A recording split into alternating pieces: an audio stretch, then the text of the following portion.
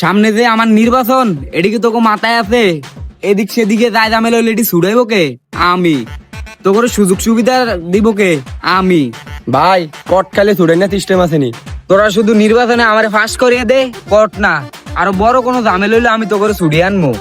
ভাই আমি নির্বাচনে পাস হলে ওখানে 19-20 খাওয়ান যাইব নি? হ বেটা, কি কস? আমি থাকতে তো কোনো ভরসাই নাই। ভাই তাহলে আড়ান জনগণের কাছে আপনারা বসে আমরা ডেট